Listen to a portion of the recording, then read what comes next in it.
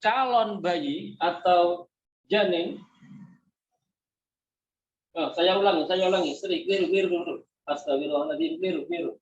Ini berupa bayi, yang di nifas adalah yang terakhir. Ini nifas.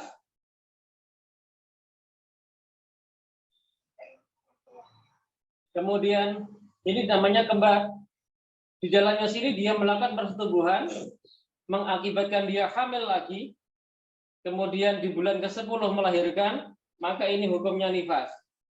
Yang ini kembar, yang dihukumi nifas adalah yang anak terakhir. Darah yang di sini bukan nifas.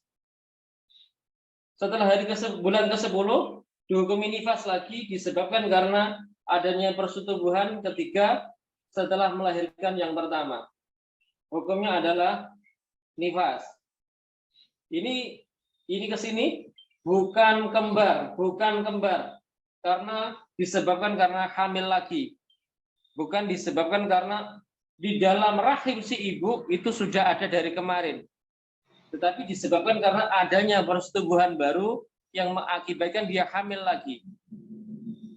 Jika adanya persetubuhan baru yang mengakibatkan hamil lagi, maka dihukumi nifas baru, artinya bukan kembar. Bisa dipaham? Insya Allah, Ustaz. Saya ulangi, jika dia dalam satu persetubuhan, entah sekali, entah berapa kali, mengakibatkan dia hamil yang di dalam tubuh si ibu itu ketika dicek ke dokter, misalkan ada 1, 2, 3 atau berapa bayi, keluarnya bisa berbulan-bulan, bulan 1, yang satunya bulan 2, yang satunya bulan 3 atau bulan 5, maka itu semuanya dihukumi kembar.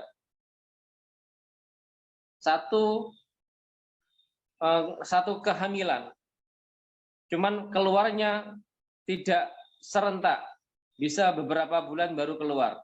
Akan tetapi jika di antara bulan-bulan tersebut dia melakukan hubungan badan mengakibatkan hamil baru, maka anak yang akan dilahirkan dari sebab hamil baru itu dihukumi nifas lagi. Sedangkan yang kembar-kembar sebelumnya yang dihukumi nifas adalah yang terakhir saja. Bisa dipaham?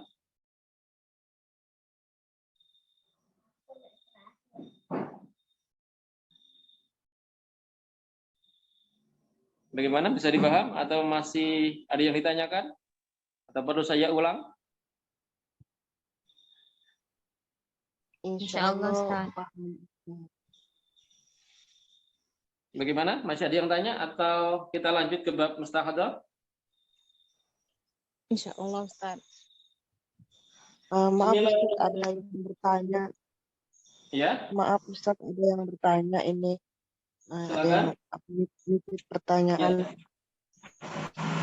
Misalkan ada orang mandi besar gitu Ustaz. Habis itu setelah dia hasil mandi baru tahu ternyata di tangannya misalnya ada maneknya. Nah itu wajib ulang mandinya nggak Ustaz ya? Tidak wajib mengulang mandinya. Tidak wajib mengulang mandinya. Cukup dibasuh bagian maneknya.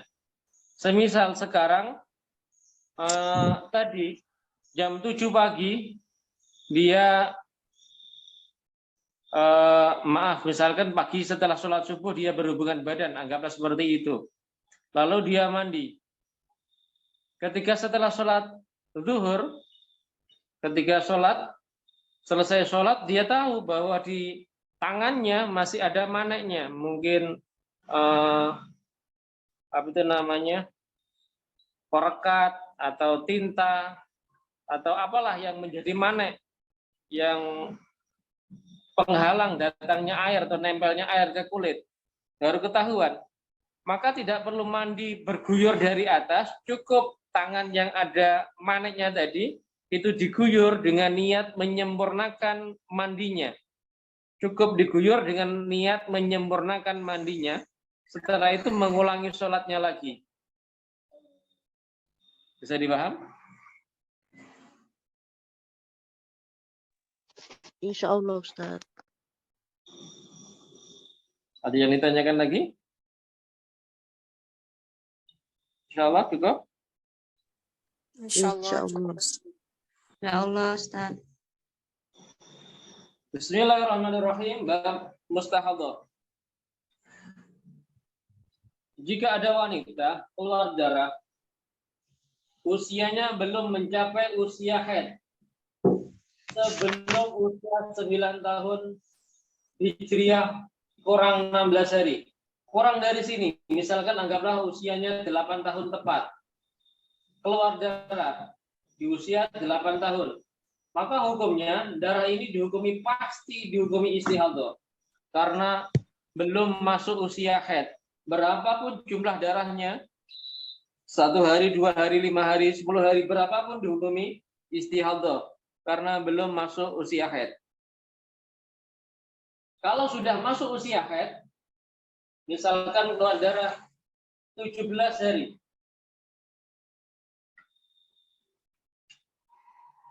minimal haid adalah 1 hari, maksimalnya 15. Wanita ini keluar darah selama 17 hari. Berarti 15 hari dihukumi haid, 2 hari dihukumi istihadhah. Cara penghukuman yang seperti ini adalah penghukuman yang salah. Atau semisalnya dia keluar darah 20 hari. Lalu yang 15 hari ia hukumi haid, yang 5 hari ia hukumi istihadhah. Penghukuman seperti ini salah. Bagaimana cara menghukumi jika keluar darah lebih dari 15 hari? Maka aturannya adalah harus tahu selama 17 hari ini darahnya sama semua ataukah berbeda-beda. Misalkan warnanya berbeda-beda. Yang 8 hari warnanya hitam, darahnya kental dan berbau. Kemudian yang 9 hari warnanya kuning, cair, tidak berbau. Maka dalam masalah ini yang dihukumi haid adalah yang 8 hari. Yang 9 hari ini dihukumi istihadhah. Bagaimana tahu yang 8 dihukumi haid, yang 9 dihukumi istihadhah? Dari ciri-ciri darah ini. Bahasa kitab dinamakan 8 hari ini adalah darah kuat. 9 hari dihukumi darah lemah. Tahu dari mana? Adalah dari warna darahnya. Warna darah perempuan urutannya adalah dari kuat ke lemah adalah hitam, merah, merah kekuningan, kuning, keruh atau coklat. Ada yang kental, ada yang cair, ada yang berbau, ada yang tidak berbau. Warna hitam itu lebih kuat dari merah, merah lebih kuat dari merah kekuningan lebih kuat dari kuning, kuning lebih kuat dari keruh atau coklat. Kental lebih kuat dari cair, berbau lebih kuat dari tidak berbau. Setelah wanita itu mengetahui mana darah yang kuat, mana darah yang lemah, barulah bisa diketahui berapa yang dihukumi haid dan berapa yang dihukumi istihadhah. Jika cara penghukuman yang hanya sekedar potong, yaitu 17, yang 15 haid, sisanya istihadhah, itu cara penghukuman yang salah. Karena penghitungannya harus mengetahui warna darahnya bagaimana, kental cairnya bagaimana, baunya bagaimana. Baru setelah itu diketahui mana yang kuat, mana yang lemah, kemudian mana yang dihukumi haid, mana yang dihukumi istihadhah. Apakah darah kuat itu selalu berada di awal? Tidak selalu. Sehingga ketika kita akan menghukumi seorang wanita yang keluar darah lebih dari 15 hari darahnya, itu harus kita tanya dulu bagaimana warna darahnya, kental cairnya bagaimana, bau atau tidaknya bagaimana. Sekarang kita sebelum masuk bab mustahadhah, kita harus tahu dulu mana darah kuat, mana darah lemah. Saya ulangin, urutan darah adalah hitam, merah, merah kekuningan, kuning, kemudian keruh atau coklat. Ada yang kental, ada yang cair, ada yang berbau, ada yang tidak berbau. Warna yang lebih awal itu lebih kuat dari kedua, kedua lebih kuat dari ketiga, dan seterusnya. Semisal ada wanita keluar darah, warnanya merah, kental, tidak berbau, selama 7 hari misalkan, kemudian yang 11 hari warnanya hitam, kental, berbau. Merah dengan hitam itu kuat hitam. Kental-kental sama, tidak berbau dengan berbau, kuat yang berbau. Maka yang 11 hari punya kekuatan 3, yang 7 hari punya kekuatan 1. Maka 11 dihukumi darah kuat, yang 7 dihukumi darah lemah. Sekarang belum kita bahas mana yang haid, mana yang istihadah. Kita pelajari dulu mana yang kuat, mana yang lemah. Merah, hitam, lebih kuat hitam. Kental-kental sama kuatnya, tidak berbau, kuat yang berbau. Ini kekuatannya 3, ini kekuatannya 1. Yang 11 dihukumi kuat, yang 7 dihukumi lemah.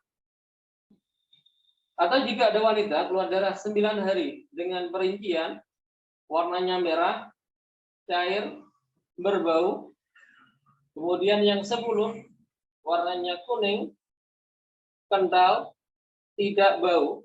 Merah kuning, kuat merah, cair kental, kuat kental, berbau tidak bau, kuat berbau.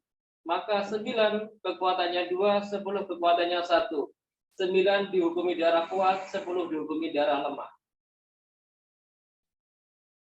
Atau semisal ada wanita keluar darah 6 hari dengan kondisi warna darahnya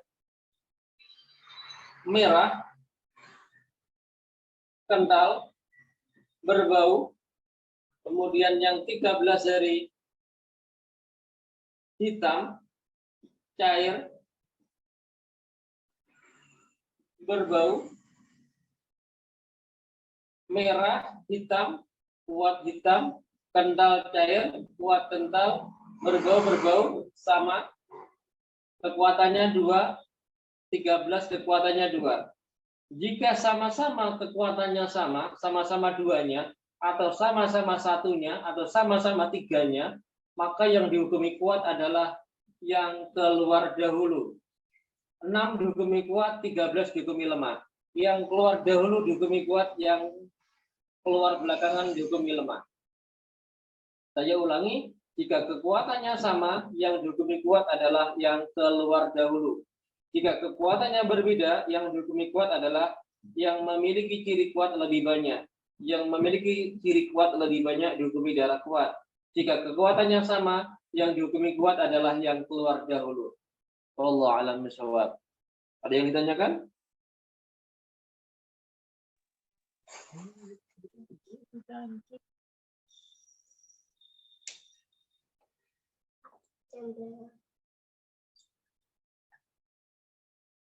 Ada yang ditanyakan? Maaf Ustadz mau tanya, kalau darah coklat itu masuk mana Ustadz ya? Coklat itu jika coklatnya tidak terlalu hitam, maka masuk ke dalam golongan keruh. Jika coklatnya sangat coklat, maaf seperti kopi, hampir seperti kopi, maka termasuk darah hitam. Bisa dipaham? Kalau coklatnya seperti warna tanah yang basah, itu masuk keruh. Jika coklatnya seperti kopi, maka itu termasuk darah hitam. Ada yang ditanyakan lagi? Ustadz, maaf mau bertanya. Ya, silakan. Bau dan tidak bau. Yang tidak bau itu maaf seperti apa nggih? Bau tidak bau, bau darah itu baunya amis, bukan itu yang dimaksud. Bau tidak bau itu bukan amis atau tidak amis, tetapi maaf seperti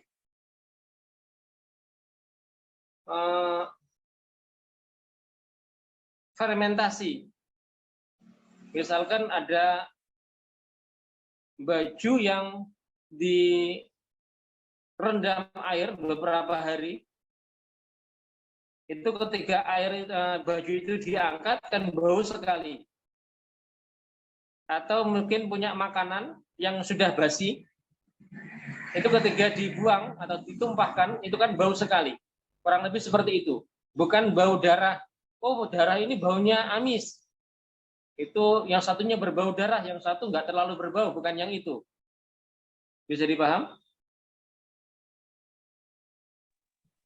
Minta tolong ulang Ustadz. Belum tahu. Yang dimaksud berbau dengan tidak berbau itu bukan maksudnya yang satu berbau darah, yaitu agak amis. Terus yang satu tidak terlalu berbau, bukan itu.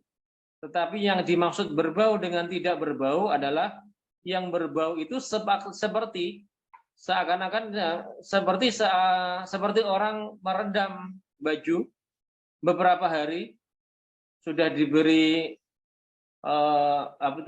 sabun, kemudian direndam beberapa hari, tidak dicuci, direndam saja, misalkan 3 hari 4 hari, kemudian baju itu diangkat, airnya dibuang, itu kan bau banget.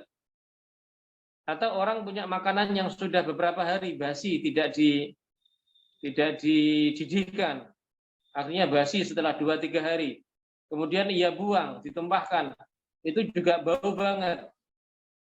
Kurang lebih ketika seorang wanita open cup membuka pembalutnya, itu kok bau banget ini, bukan bau darah, memang bau banget karena bukan bau darah artinya amis atau seperti umumnya darah agak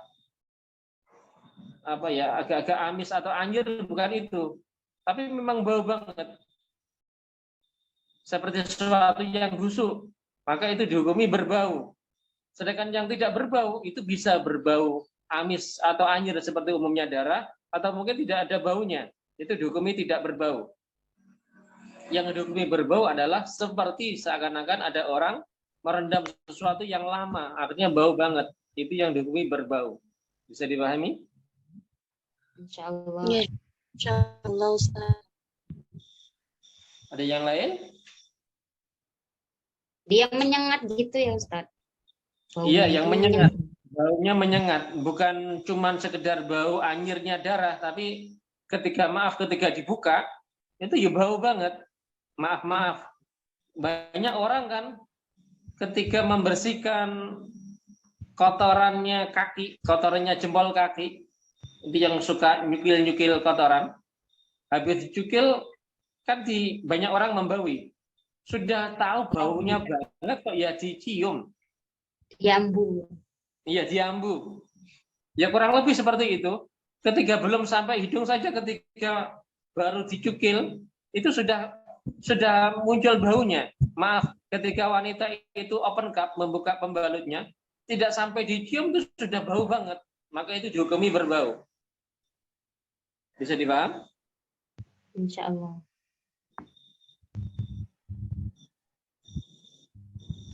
Ada yang lain? Maaf Ustaz, ada Ya, yang silakan. bertanya. Ya. Kalau mandi besar itu apakah basuhan pertama harus dari kepala? Sunnahnya itu dari atas bagian kanan. Sunnahnya dari atas bagian kanan. Tidak harus dari kepala.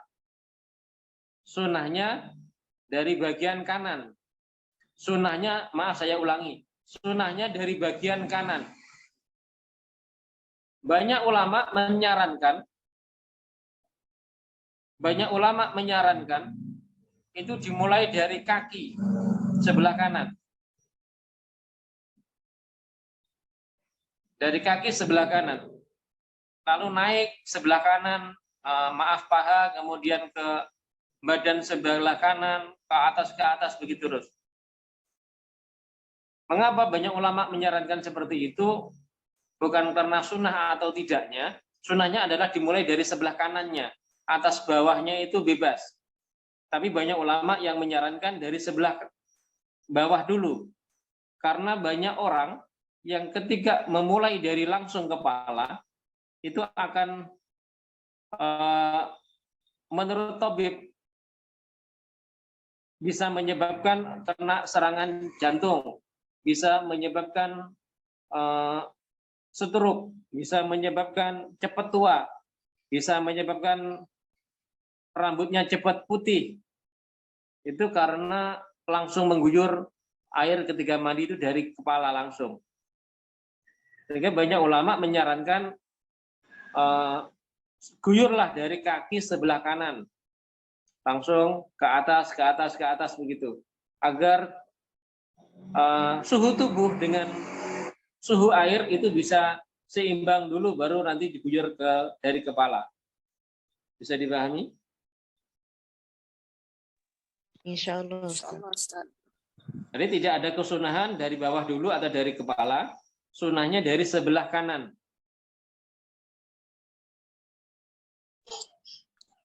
Tapi banyak ulama, tabib-tabib menyarankan dari kaki karena untuk menghindari kerusakan, biar tidak cepat tua, tidak cepat memutih, juga tidak menyebabkan serangan jantung atau stroke atau darah tinggi. Bisa dipaham? Insya Allah, Ustaz. Ada yang lain?